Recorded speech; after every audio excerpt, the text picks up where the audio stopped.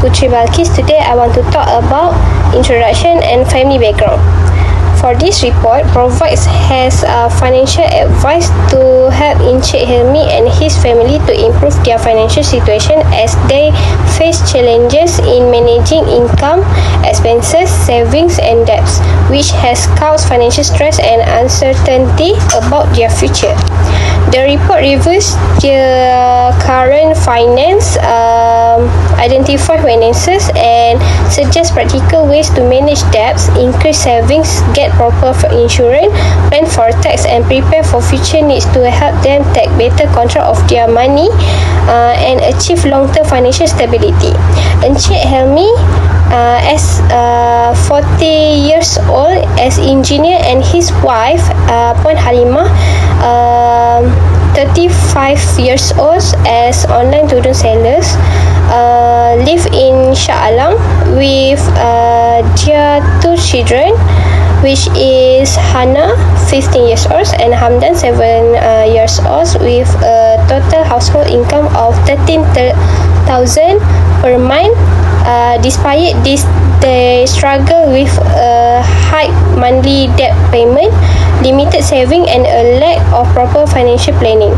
To address this, they should list all debts, focus on paying of high interest debts like credit cards, consider debt consolidation at lowest interest rate, set aside part of their income for repayments, avoid new loans, cut unnecessary spending and build an emergency fund to reduce debt burden and improve their financial situation.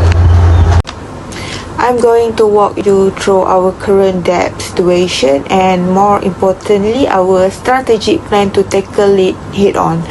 Our goal is clear: reduce our financial burden, improve cash flow and build a more secure future.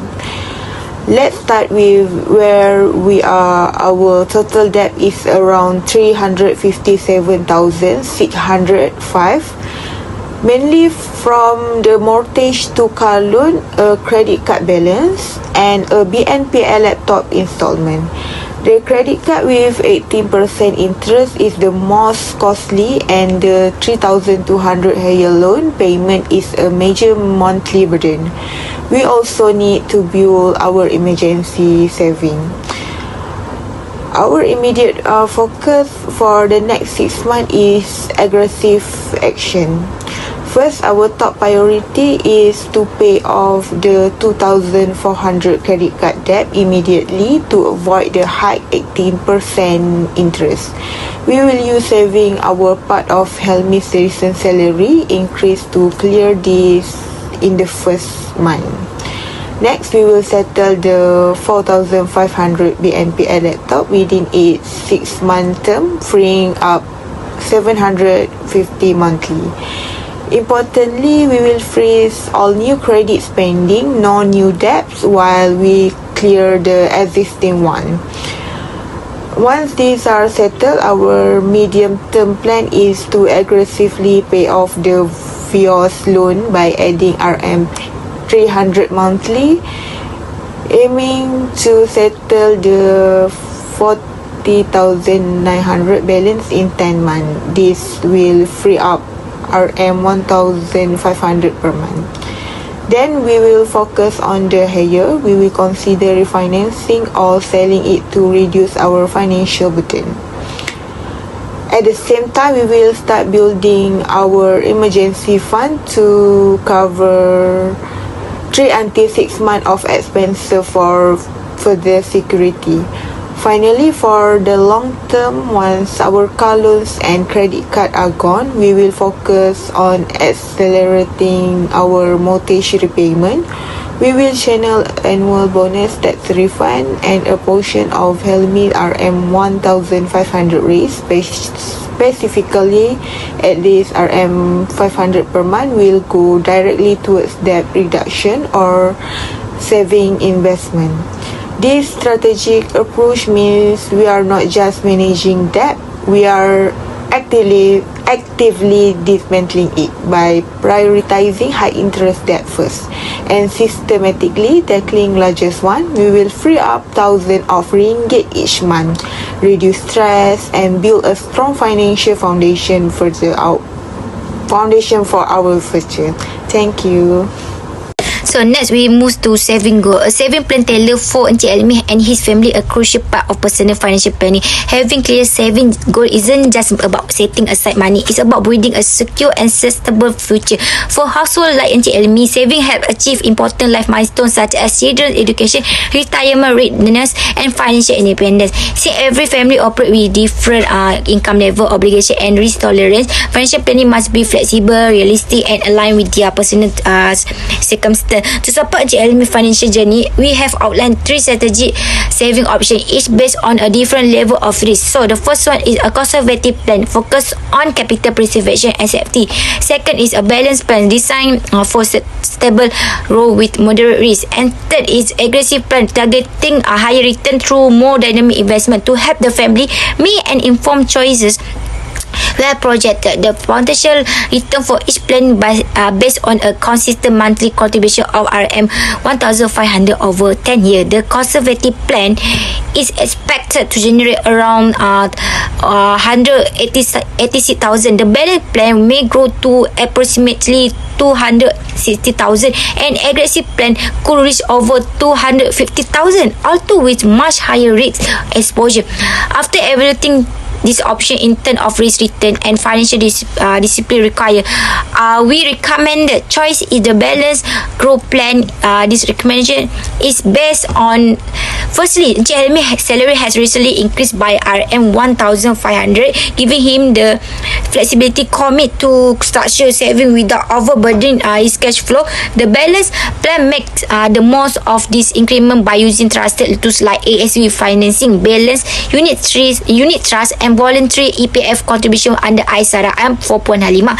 Second, Encik Helmi has a moderate risk appetite. He is not comfortable with volatile investment like cryptocurrency or direct stock trading, but he is open to safer, regulate options that offer better return than basic saving. The balanced plan fits this comfort zone well. The thirdly is this plan provide a dual focus on growth plus financial security. It builds capital through investment while maintaining essential safety nets like an emergency fund and education savings via SSL PNI Plus. This makes it suitable not only for future university expenses but also for retirement planning. While the aggressive plan might offer higher return, it carries risks that could compromise financial stability.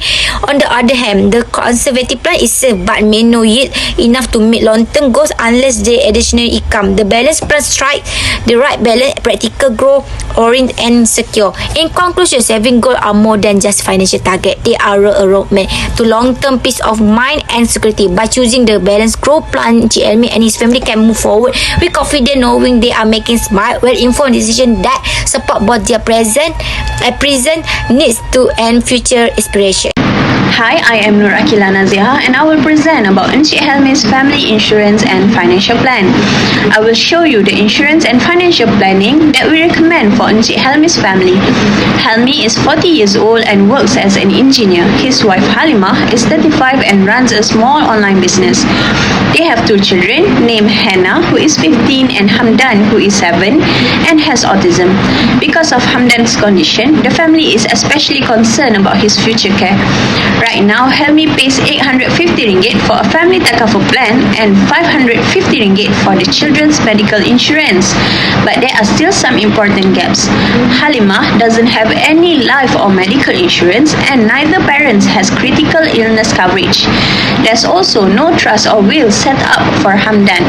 If something happens to the parents, this could cause financial and legal problems for the family. We suggest using part of Helmi's recent RM1,500 salary increase to improve their protection.